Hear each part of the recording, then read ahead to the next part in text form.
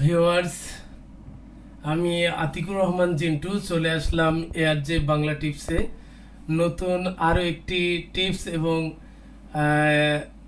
কিছু বিষয়ে কথা বলার জন্য। তো আজকে আমরা যে বিষয়ে কথা বলবো সেটা অত্যন্ত গুরুত্বপূর্ণ। আশা করি ভিডিওর শেষ পর্যন্ত থাকবেন। প্রথমে দেখতে পাচ্ছেন আমার হাতে একটি ল্যাপটপ রয়েছে।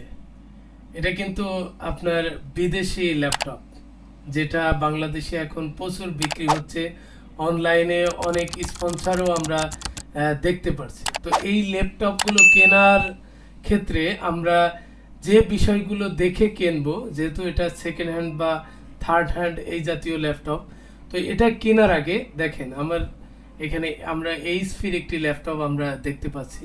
তো এই ল্যাপটপটি কেনার সময় আমরা কি কি জিনিস দেখব সেটা আজকে আপনাদের সাথে বিস্তারিত কথা বলবো।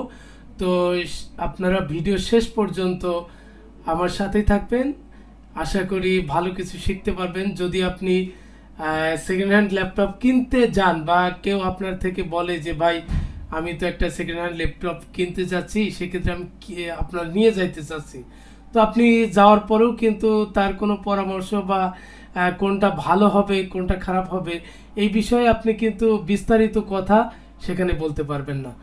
আশা করি এই ভিডিওটা দেখলে আপনি আপনার বন্ধু আপনার পাশের কেউ যদি এই ধরনের সেকেন্ড হ্যান্ড ল্যাপটপ কেনে, সে কি কি বিষয় দেখে নিবে ল্যাপটপটি সেই বিষয়ে আমরা আজকে জানতে পারবো। তো চলুন চলে যাই, আমরা ভিডিওটি শুরু করি।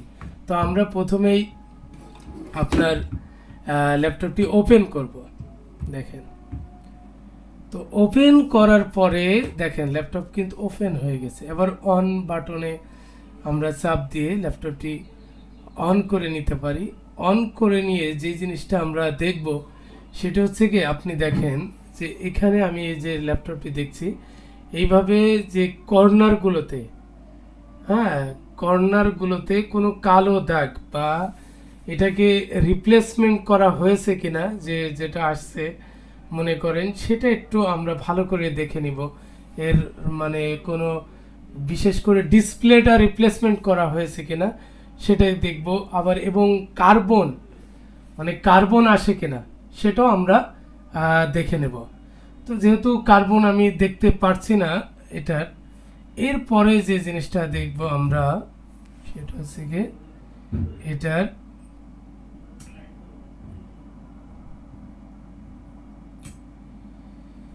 এটার জন্য আমরা দেখেন এই কম্পিউটার স্ক্রিনে চলে যাব।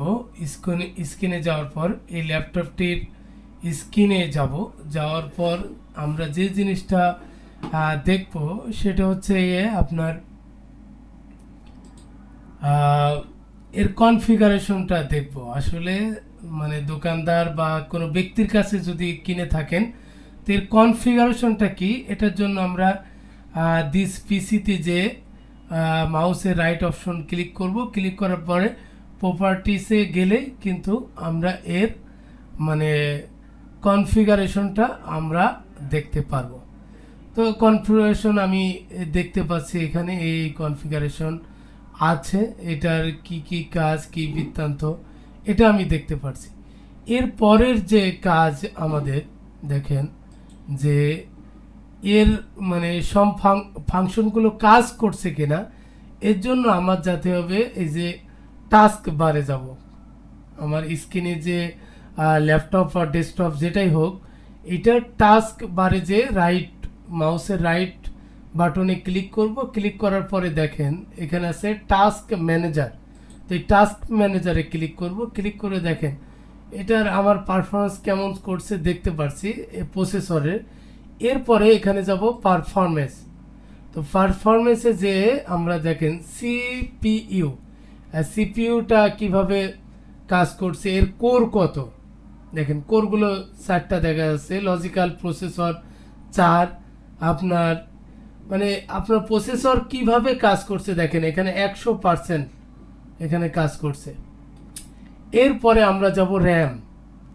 তো র্যাম আমাদের কয় জিবি দেখেন 4 জিবি দেখা যাচ্ছে র্যাম,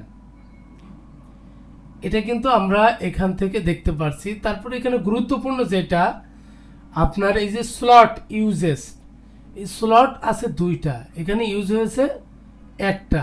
এক্ষেত্রে কিন্তু আপনার স্লট আরও বেশি থাকতে পারে। স্লট বেশি থাকলে কি হয়, যদি কোনো সময় আপনার মানে র্যাম সেট আপের জন্য একটা স্লট নষ্ট হয়ে যায়, সেক্ষেত্রে আপনি অন্য স্লটেও কিন্তু আপনার এই র্যাম লাগাতে পারবেন। আর যদি স্লট সংখ্যা না থাকে তাহলে কিন্তু র্যাম লাগাতে পারবেন না, সেক্ষেত্রে আপনার অনেকটা মাদারবোর্ডই নষ্ট হয়ে যায়। এই জন্য স্লট কিন্তু একাধিক থাকা ভালো।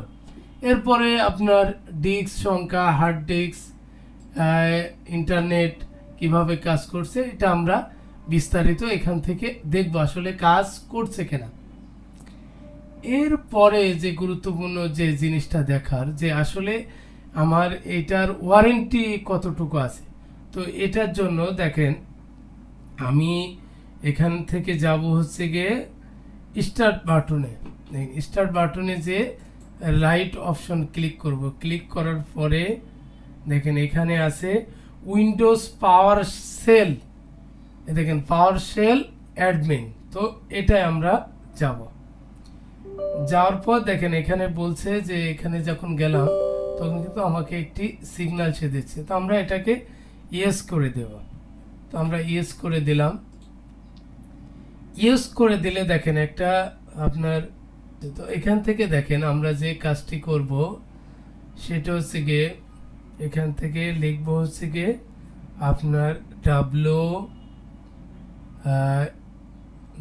WIMI আপনার WIMIC স্পেস, তারপরে লিখবো বায়োস, BIOS বায়োস, তারপরে স্পেস দিব।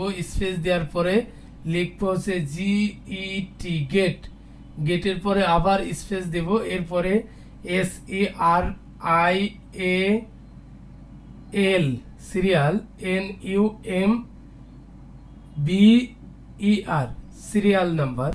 তাহলে এবার ইন্টার, যদি আমি ইন্টার বাটনে চাপ দিই দেখেন আমার সিরিয়াল নাম্বারটি এখানে চলে আসছে। তো এই সিরিয়াল নাম্বারটি আমি যাব হচ্ছে গিয়ে আপনার HP ওয়ারেন্টি চেক। HP আপনি লিখবেন যে ব্র্যান্ডের হোক, আপনার সেই ব্র্যান্ডেরই চলে আসবে।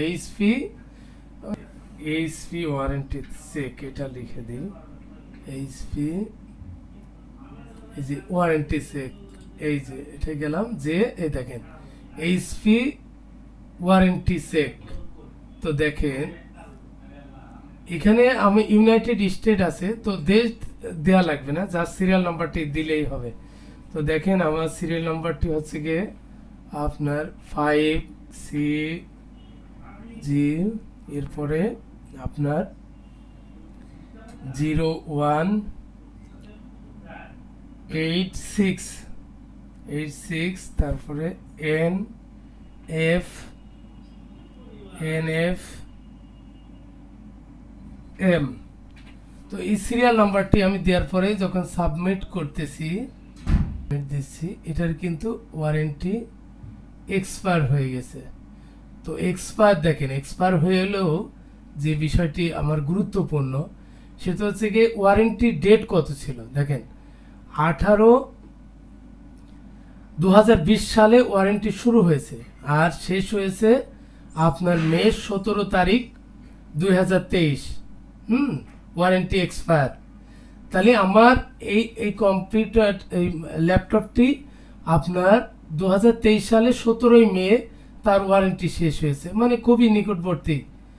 এবং ফ্যাক্টরি ওয়ারেন্টি, এখানে যাবতীয় তথ্য কিন্তু আমরা এখান থেকে পেয়ে যাচ্ছি। এই জিনিসটা দেখলে কি হবে যে আপনার কম্পিউটারটা কত পুরাতন এটা কিন্তু আপনি মানে দেখতে পারবেন।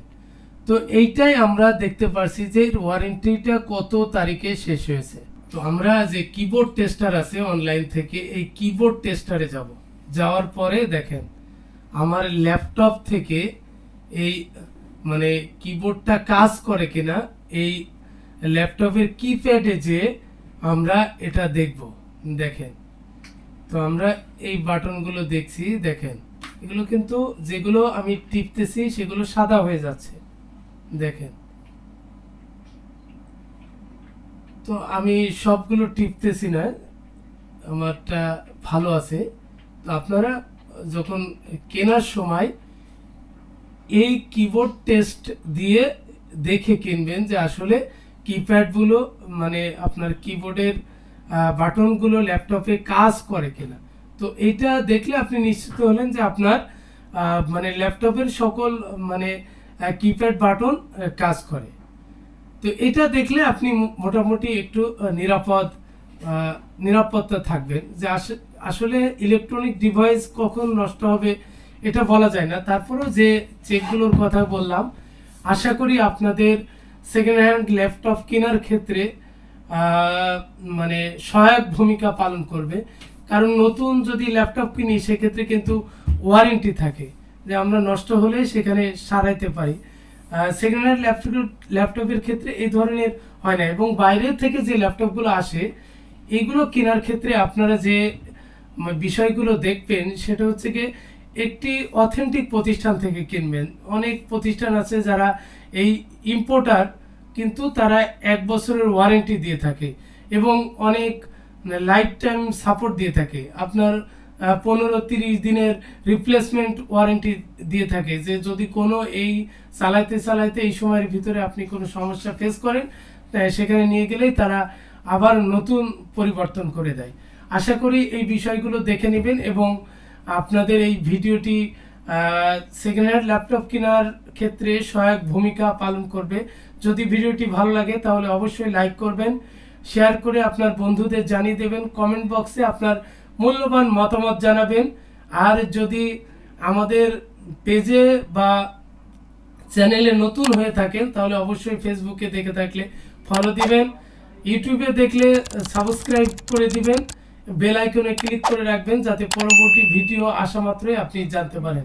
আজ এ পর্যন্তই, দেখা হচ্ছে আগামীতে। সে পর্যন্ত সুস্থ থাকবেন, ভালো থাকবেন, ARJ বাংলা টিপসের সাথেই থাকবেন।